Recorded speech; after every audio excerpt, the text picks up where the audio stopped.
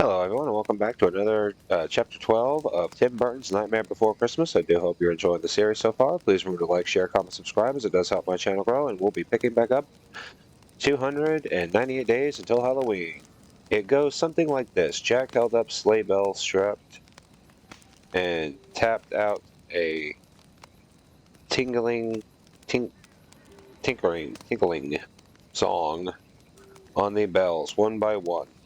The bright notes danced towards the ears of the undead ensemble. How about it, Jack asked. Think you can manage? He's spent the last few grueling days doling out assignments to Halloween Town's residents, and with the mayor's help, they were nearly at the end of the list. The saxophone player chuckled to himself. The ensemble could manage all of it. Could manage all right. They'd played together since they were dead nearly 100 years earlier, and knew the entire funeral catalog by heart. They'd never played a cheerful ditty like this, but with a few modifications, it could be halfway decent jam. A tiny man who lived inside the base served as the band's conductor, announced a one, a two, a one, and a two, and a three, and a. The musicians threw themselves into the song, the derelict groaning to life with flat notes and dismay rhythm, towering over them on his tall stool. The mayor nodded in approval and called next. Fantastic, Jack said to the musicians, who could feel the melody singing in his bones, though it didn't have quite the same jolliness as he in as his version. I still can't read. Well, they mastered it eventually. He draped the sleigh bells strapped over the colossal accordion player's neck. And now, why don't you all practice on that, and we'll be in great shape. As the musicians shuffled off to the tingling sound of the sleigh bells, Sally stepped onto stage. She was wringing her hands together in worry. Finally, a chance to talk to Jack about about my vision, she thought. Jack's hollow eyes softened when he saw her. She'd been so kind to send that refreshments in the picnic basket, yet she disappeared before he could thank her. Besides, Sally's Christmas job was the most important of all, even more than than Dr. Finkelstein's mission to create flying reindeer. In a way, all of Jack's Christmas success or failure rests on her capable shoulders. Sally, he brushed his bony fingers against her elbow, guiding her farther along on the stage. I need your help more than anyone. You certainly do, Jack. She wrung her hands harder. I had the most terrible vision. Nodding along, Jack dug through his trunk for of objects from Christmas Town, tossing aside the gingerbread men. That's splendid. No, Sally sighed. Jack wasn't listening to her. It's about your Christmas. Sally moved towards him, wishing she could grab him and shake some sense into him. There was smoke. She looked to the floor as she remembered the terrifying premonition, and then threw her hands up into the air. And fire! Jack chuckled as he gave Sally a reassuring smile. That's not my Christmas. My Christmas is filled with laughter and joy. He waved a candy cane in the air for emphasis, then dropped it back into the trunk and picked up a framed picture of art. Ah, and this. He held out the artwork for Sally to see. It was a portrait of himself posing in the pumpkin patch in front of Spiral Hill. He flipped over a taped on piece of wax paper on which he traced his outline and added a handsome red suit. My Santa Claus outfit. He thrusted a long finger towards Sally. I want you to make it.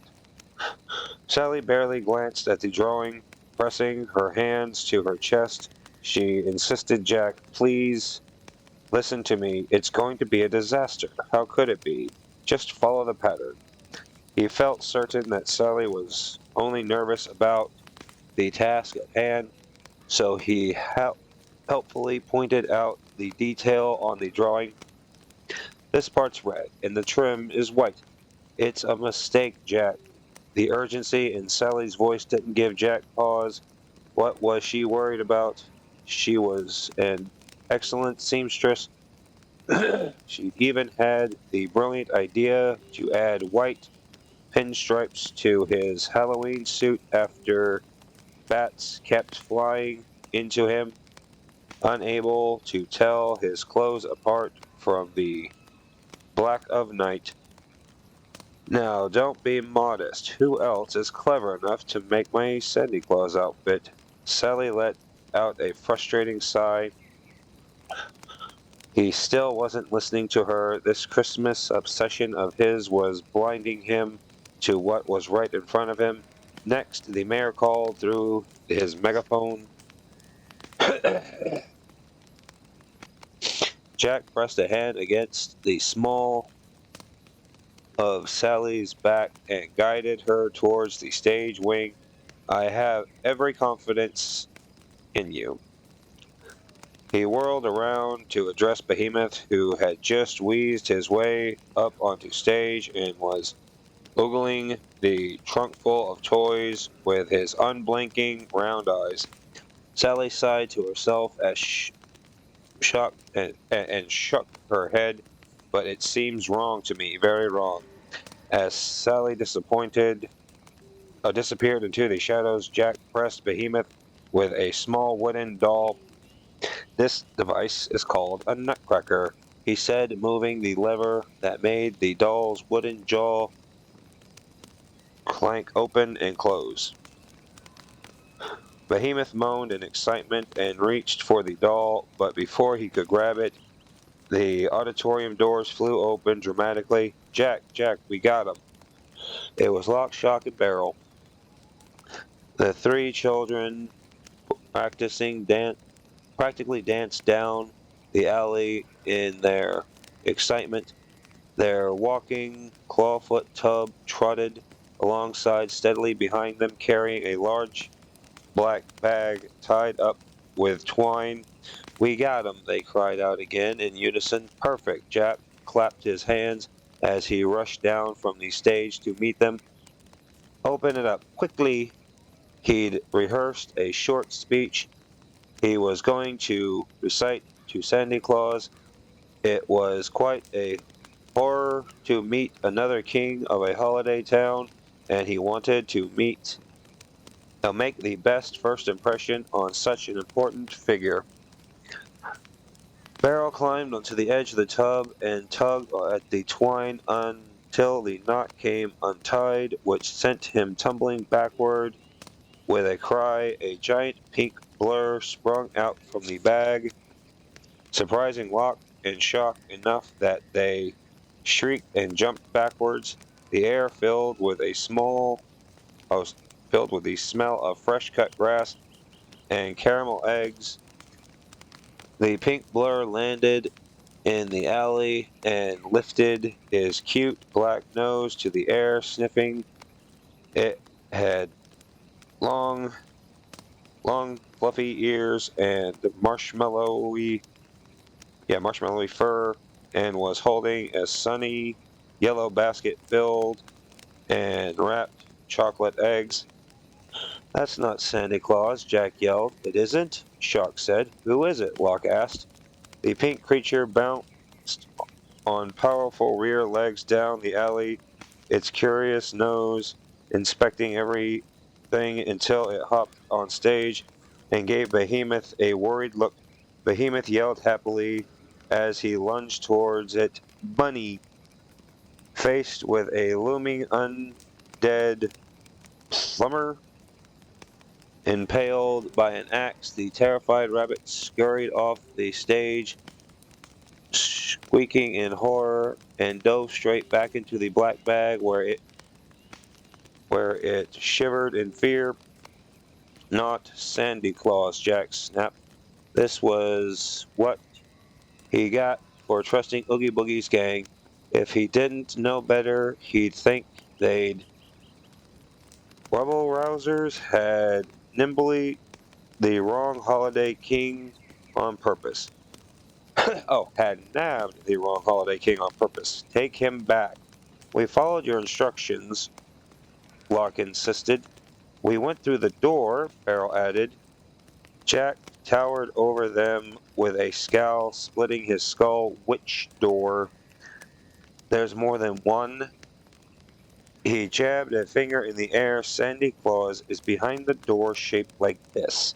From his boot's inside pocket, he took a tree-shaped cookie slathered in green icing and dangling it in front of them. Shock threw her hands around Locke's neck. I told you. As Locke gagged for air, Beryl slapped Shock across her cheek, and she spun around, then tripped and fell backwards. They all tangled together in a scrabble. Knock it off, Jack said, with a massaging his aching skull. Could these three get anything right?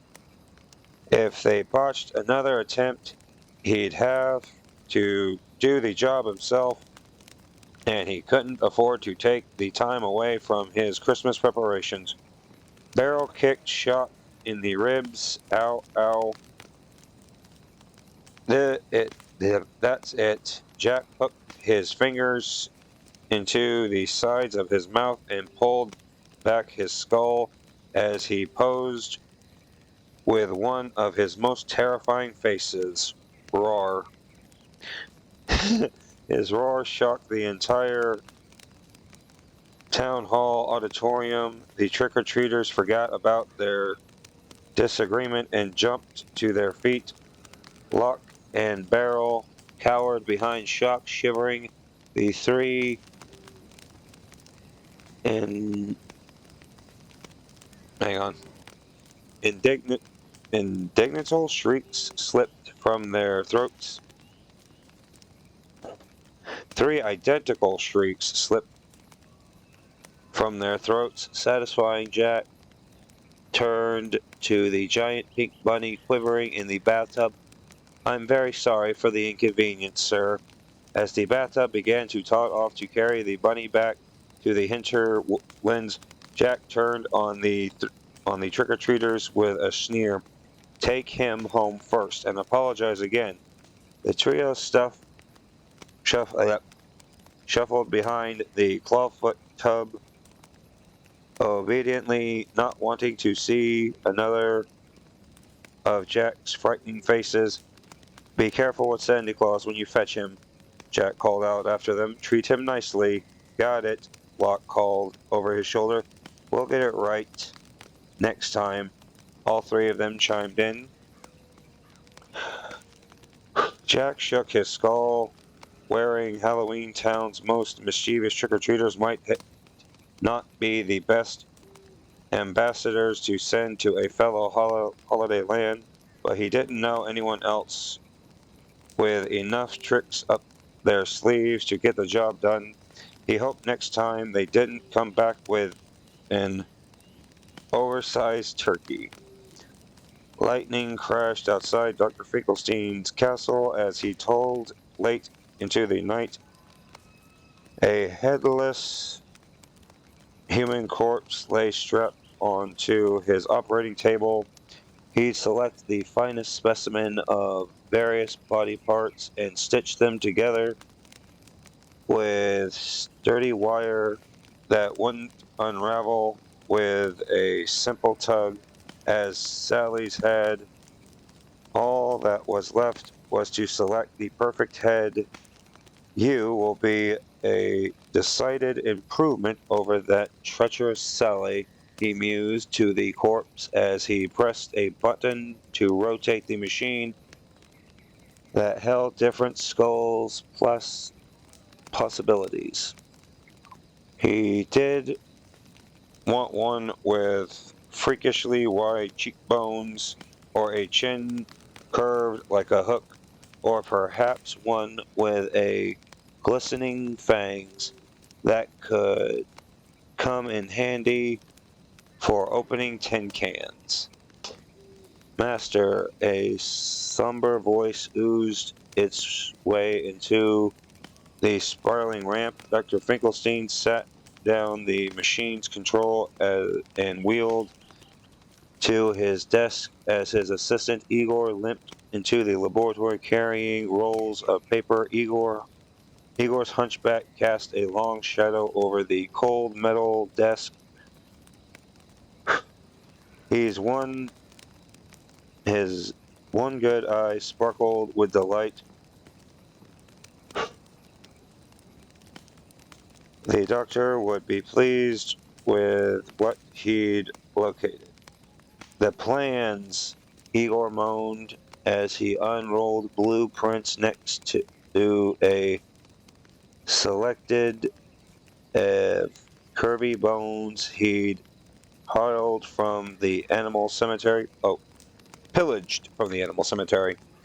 Excellent, Igor. The doctor tossed him his hunchback assistant a dog biscuit as a reward before examining the diagram.